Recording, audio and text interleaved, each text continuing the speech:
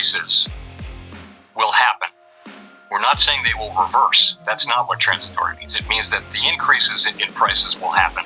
So there will be inflation, but that the process of inflation will stop. So that there will be further. When we think of inflation, we really think of inflation going up year upon year upon year upon year. That's inflation. When you have inflation for 12 months or whatever it may be, I'm just taking an example, I'm not making an estimate, then you have a price increase, but you don't have an inflation process. And so part of that just is that if it doesn't affect longer term inflation expectations, then it's very likely not to affect the process of inflation going forward. So what I mean by transitory is just something that doesn't leave a permanent mark on the inflation process.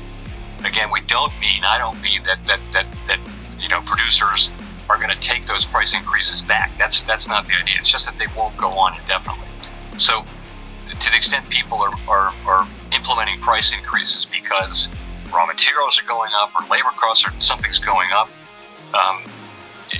the question really for inflation really is, does that mean they're going to go up the next year by the same amount? So you're going to be in a process where the inflation process gets going, and that happens because people's expectations about future inflation move up, and we don't think that's happening. There's no evidence that it's happening. All the evidence is that it's not happening.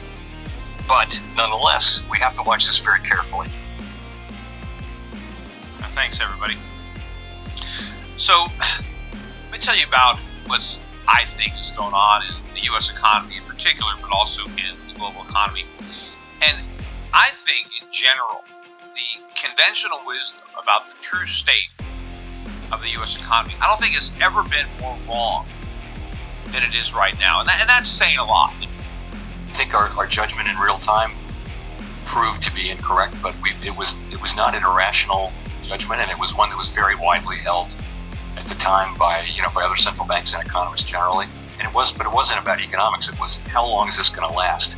Are these things that are happening to our economy, which are unprecedented, are they going to get better? Like, for example, millions of people dropping out of the labor force, or the problems we have with the global supply chains. There was no model of that. We can't look at the last 20 times it happened.